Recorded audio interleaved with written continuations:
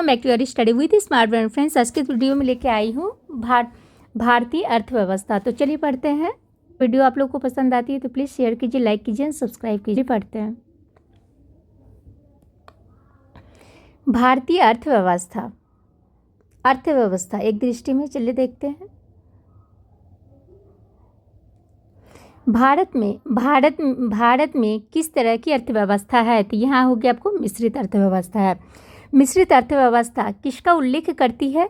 तो सार्वजनिक और निजी क्षेत्र दोनों का ही सह अस्तित्व है। ये बंद अर्थव्यवस्था वह अर्थव्यवस्था है जिसमें ना तो निर्यात न ही आयात होती है। भारत की कुल श्रम शक्ति का लगभग कितना भाग कृषि में लगा हुआ है? तो ये हो गया आपको 52%। छिपी हुई या अदृश्य बेरोजगारी क्या है? तो सीमांत भौतिक उत्पादकता शून्य होती है। राष्ट्रीय ग्रामीण विकास संस्थान कहाँ अवस्थित है? तो ये हैदराबाद में है। संरचनात्मक बेरोजगारी का कारण है अपर्याप्त उत्पादन क्षमता। वैश्वीकरण का अर्थ है, वैश्वीकरण का क्या अर्थ है? तो ये हो गया आपको वित्तीय बाजार का एकीकरण। अंत्योदय कार्यक्रम का उद्देश्य था गरीबों में सबसे अधिक गरीब की मदद करना। गरीबी रेखा के नीचे जनसंख्या का न्यूनतम प्रतिशत अंकित है जम्मू कश्मीर में। किस राज्य को अत्यधिक कुपोषण के कारण भारत का इथोपिया कहा जाता है? तो ये कहा जाता है आपको मध्य प्रदेश को कहा जाता है। वर्ल्ड डेवलपमेंट रिपोर्ट किसका वार्षिक प्रकाशन है? तो ये हो गया आपको IVRD का।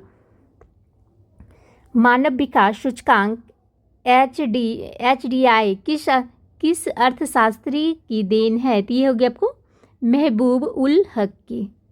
मानव विकास सूचकांक में सम्मिलित होते हैं USA डॉलर में प्रति व्यक्ति राष्ट्रीय आय। UNDP की मानव विकास रिपोर्ट में भारत को किस श्रेणी में रखा गया है? तो ये रखा गया है भारत को मध्य मानव विकास श्रेणी में रखा गया है। शैक्षिक विकास सूचकांक फरवरी 2011 के अनुसार भारत के 4 उच्चतम स्थान वाले राज्य हैं केरल, तमिलनाडु, पंजाब और महाराष्ट्र। बंद अर्थव्यवस्था से आप क्या समझते हैं? तो आयात निर्यात बंद हो जाना। भारत में प्रचंड बेरोजगारी सामान्यतः दिखाई देती है कृषि क्षेत्र में। भारत के किस राज्य में गरीबों का प्रतिशत सबसे अधिक है? तो ये हो गया आपको उड़ीसा में। भारत में निर्धनता के स्तर का आकलन किया जाता है परिवार के उपभोग व्यय के आधार पर। कौन सा असमानता घटाने का प्रयास नहीं है? तो ये हो गया आपको अर्थव्यवस्था का उदारीकरण। वह सत्य होगा कि भारत को परिभाषित किया जाए किससे? तो एक श्रम अधिक वाली अर्थव्यवस्था के रूप में। अल्पविकसित देशों में गरीबी का मुख्य कारण है आय में असमानता। हरित सूचकांक किसके द्वारा विकसित किया गया है? तो ये किया गया आपको संयुक्त राष्ट्र पर्यावरण कार्यक्रम के द्वारा। किसके द्वारा भ्रष्टाचार से लड़ाई के लिए नागरिकों की मार्गदर्शिका निकाली गई है? तो ये हो गया आपको केंद्रीय सतर्कता आयोग के द्वारा। कौन सा मानव विकास सूचकांक में शामिल नहीं है? तो ये आपको सामाजिक असमानता। भारतीय अर्थव्यवस्था के उदारीकरण का उग्रदूत किसको कहा जाता है? तो ये कहा जाता है आपको डॉक्टर मनमोहन सिंह को।